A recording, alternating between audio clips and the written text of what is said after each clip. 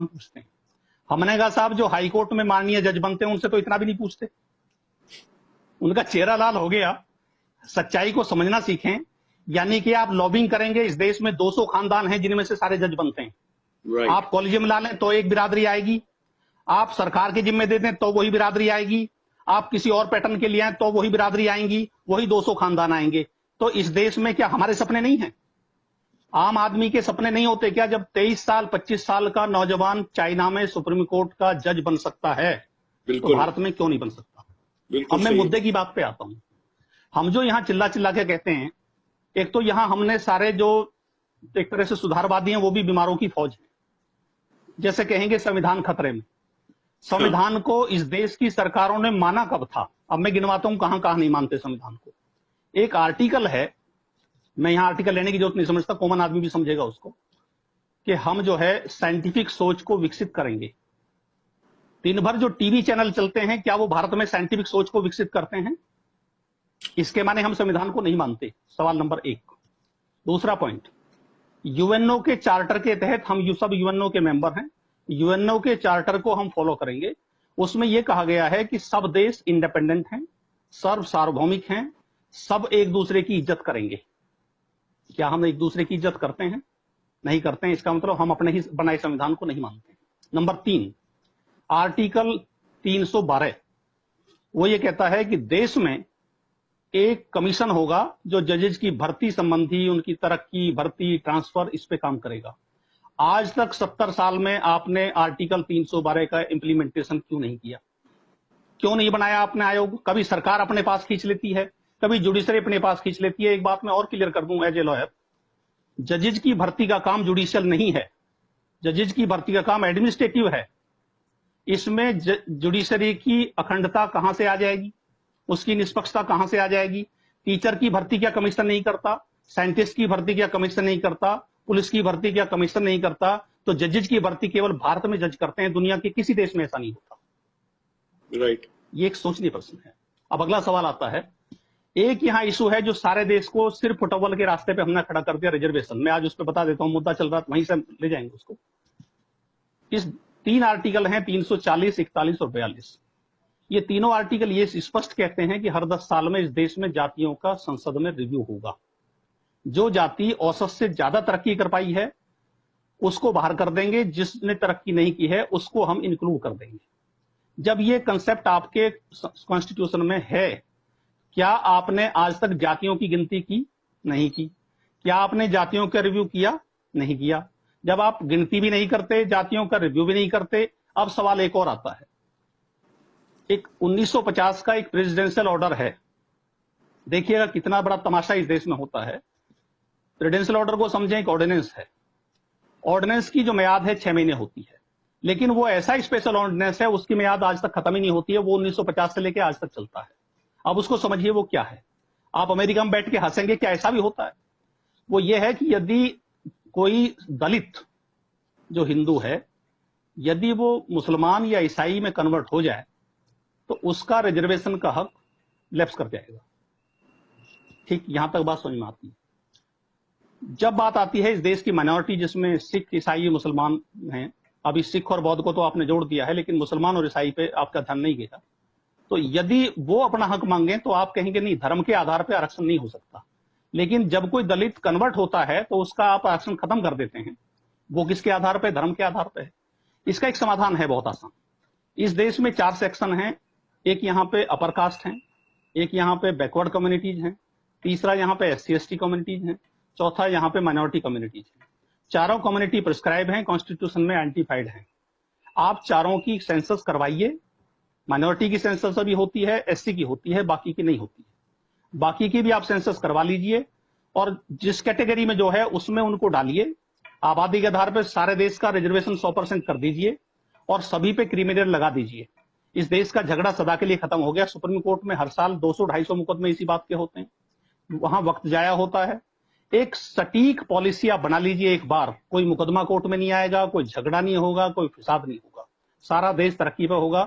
अभी क्या है, SC से जनरल का नफरत करता है, जनरल वाले से OBC नफरत करेगा, उससे फिर माइनॉरिटी नफरत करेगी।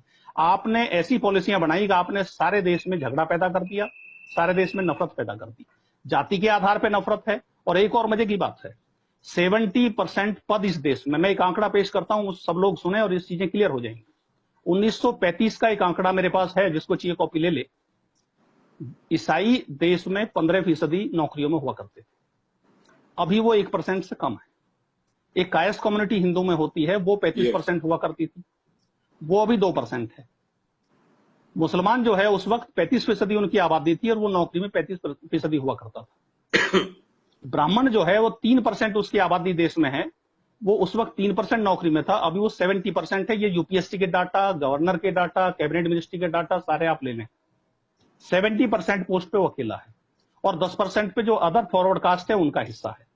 बाकी जो SC ST है वो 4% क्लास 1 में है, सफाई कर्मी को लगा के 12% है, क्रिश्चियन 1% से कम है, कायस्थ 2% से कम है, मुसलमान 2% से कम है, ओबीसी क्लास 1 क्लास 2 में 8% है, क्लास 3 क्लास 4 लगा के आप जाएंगे तो 12% के करीब होगा। सारी यूपीएससी में बेमानी है। यूपीएससी के हर एग्जाम के इंटरव्यू के रिजल्ट आप देख लें, उसमें यदि किसी कम्युनिटी विशेष का आदमी है तो उसके नंबर कम होंगे, किसी और कम्युनिटी का तो नंबर ज्यादा होंगे। और इसके साथ इतना ही नहीं है, माननीय सुप्रीम कोर्ट ने यह कह दिया कि जो है आप प्री के नंबर नहीं बता सकते। क्यों भाई, प्री के नंबर क्यों नहीं बताएंगे? इसके साथ एक और है, पहले एसएससी और यूपीएससी के एग्जाम होते थे, सारे रोल नंबर सबके मार्क्स एक साथ छपते थे अखबार में। अब आप बेईमानी में चूंकि उतर गए हैं तो वो छपना बंद हो गया। आप जब ऑनलाइन देखेंगे तो आप अपना रोल नंबर लगा के अपना ही देख सकते हैं, किसी और का आप पता नहीं लगा सकते। इसका मतलब सिस्टम में कहीं खराबी है। मैं ये कहता हूं आप इस रिजर्वेशन को बिल्कुल जड़ से खत्म कर दीजिए, बिल्कुल खत्म कर दीजिए इसको। इस देश में ट्रांसपेरेंसी ले आइए और हर 5 साल में संसद में एक दिन बैठ के चारों वर्गों का रिप्रेजेंटेशन आप देखेंगे। यहां अभी भाई एक बात मैं और बता दूं, हम लोग डेमोक्रेसी के पैटर्न पे यहां सरकार चलाते हैं। डेमोक्रेसी के 3 फैक्टर हैं, यदि वो तीनों आप नहीं मानेंगे तो ये डेमोक्रेसी फेल हो जाएगी। पहला फैक्टर तो है कि एडुकेट रिप्रेजेंटेशन आप सभी कम्युनिटीज को देंगे, ये डेमोक्रेसी का पहला सिद्धांत है और इसके बिना डेमोक्रेसी चल नहीं सकती दुनिया में। दूसरा फैक्टर है कि आप जो है अपोजिशन सशक्त होगा। देश में अपोजिशन कोई काम नहीं करने को तैयार है, जो मुद्दे अपोजिशन को उठाने चाहिए थे वो नहीं उठा रहा है। नंबर 3 होता है ईमानदारी से सत्ता परिवर्तन, यानी चुनाव आप ईमानदारी से कराएं। क्या ईमानदारी से चुनाव होते हैं? एक सर्वे बताता है कि 5 करोड़ से लेके 200 करोड़ के बीच में पार्लियामेंट के चुनाव होते हैं।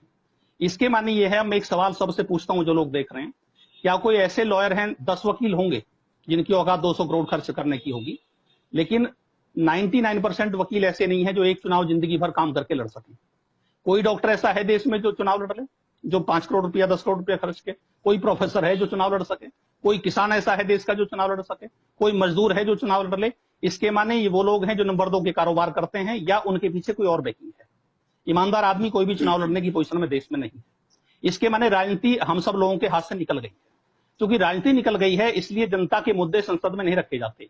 वहां जो उनको करना होता वो कर लेते हैं, जनता की बात मानते ही नहीं। जैसे एक उदाहरण के तौर पर बताता हूं, आप हाईवे पे जोर लगाने पे लगे हुए हैं, सारे देश में हाईवे का जाल चल रहा है, सारे लोग तालियां बजा रहे हैं। हाईवे से केवल कॉर्पोरेट का फायदा है।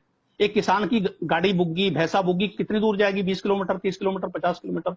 हाईवे पे जितना आप चला, हाईवे चाहिए, रेलगाड़ी चाहिए, मेट्रो चाहिए, लेकिन आप पूरे देश में समान विकास करिए, एक जगह मत करिए। जैसे दिल्ली में जितनी मेट्रो का खर्चा है उससे पूरे देश के बाउंड्री के चारों तरफ एक रोड तैयार हो जाता। इसके माने इतने, और वहां कितने लोग चलते हैं? 30 लाख लोग या 40 लाख लोग। 40 लाख लोगों के लिए इतना बजट एलोकेट मत करिए। अब दूसरा सवाल एक और आता है जो बड़ी, जिसमें लगेगा ये देश में हो क्या रहा है। सारे किसान यहां, यानी इतनी बड़ी तादाद में 3-4 लाख आदमी सुसाइड कर गया। उसकी वजह क्या है? वो वजह मैं आज में खुलासा करता हूं। 1960 का पैरामीटर यदि हम ले लें और किसान की आमदनी जो उसकी उपज थी, जो उसकी पैदावारी है, जो उसका प्रोड्यूस है, उसका रेट और नौकरी का रेट, सन 1960 में 100 रुपया कुंटल गेहूं था और जो जिलाधिकारी और डिस्ट्रिक्ट मजिस्ट्रेट थे उनको मात्र 600 रुपया मिलता था। इसके माने ये हो गया, एक डिस्ट्रिक्ट मजिस्ट्रेट अपने पैसे, अपनी पगार से यदि गेहूं खरीदना चाहे तो 6 कुंटल गेहूं खरीदेगा। इसके माने ये होगा साल भर में वो 72 कुंटल गेहूं की खरीदने की औकात रखता है।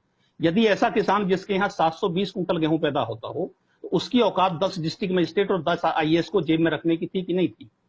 अब आपने नौकरियां तो बढ़ाई हैं 120 गुना और जो किसान के प्रोड्यूस हैं वो बढ़ाए 20 गुना। इसके माने ये होगा कि आपने किसानों को जानबूझ के पीछे इतना मजबूर कर दिया कि वो जमीन छोड़ के चला जाए, वो शहर भाग जाए, वो मजदूरी से निकल जाए, वो खेती करना बंद कर दे। अब आप वापिस हम लौटें, यदि दुनिया के 9-10 देशों का हमने सर्वे करवाया, जो एक सामंजस्य होता है, जैसे किसान के यहाँ गेहूं ही पैदा होगा, चावल ही पैदा होगा, दाल ही पैदा होगी, उसके सोना पैदा नहीं होगा। जो ज्वेलर है वो सोने का ही कारोबार करेगा, खान में सोना निकलेगा, नौकरी वाला नौकरी करेगा। उन सभी सिस्टम्स के बीच में एक सामंजस्य रहता है हमेशा हर देश में, और उसके पैमाने हैं। जैसे मान लिया किसी गेहूं की कटाई में आप लेबर लगाते हैं, तो उसको आप पैसा नहीं देंगे, उसको उस गेहूं में से हिस्सा देंगे। उसका एक हिसाब है कि 100 वो पुलियां काटेगा तो उसमें से 5 पुली उस मजदूर की होंगी, यानी 1/20 का शेयर उस मजदूर को एक दिन का आपने दिया। वो सारे पैमाने हैं सब जगह। तो उसी पैमाने को आधार माने तो जो आपने 20 गुना सैलरी, जो 120 गुना सैलरी बढ़ाई थी और इधर आपने 20 गुना बढ़ाया, इसको आप वहीं लेके आ जाएं तो ये जो किसान का पेशा है ये बहुत बेहतरीन हो जाएगा। अब एक बात मैं और बता दूं, सरकार में कुछ सवाल ये पूछेंगे, ये इसमें बहुत खर्चा आएगा। मैं कहता हूं नहीं आएगा। किसान की आबादी देश में 50% है। 50% प्रोड्यूस को तो खुद ही खाता है, 25% बीपीएल है, 25 को खिलाना सरकार का जिम्मा है। जो 25 हैं जिनमें प्रोफेसर हैं, साइंटिस्ट हैं, डॉक्टर हैं, डालमिया, टाटा बिरला, कॉर्पोरेट फला फला हैं, जिनकी सैलरी 5 लाख है। अब एक कल्पना करें, एक मजदूर 15 रुपया में गेहूं खरीदता है और जिसको 10 लाख रुपया महीना मिलता है वो भी 15 में गेहूं खरीदता है। ऐसा कैसे होगा? आप उन पे कोई सरचार्ज लगाइए, उनको कम से कम दुगने में दीजिए। वो जो 25% की बढ़ोतरी वहां होगी उस पे इस किसान का भला हो जाएगा, कोई सुसाइड नहीं करेगा। और एक कमाल और होगा, देश में एक बेरोजगारों की भीड़ इकट्ठा हो गई, एक फौज खड़ी कर दी हमने। यदि किसान को अब अच्छा उपज,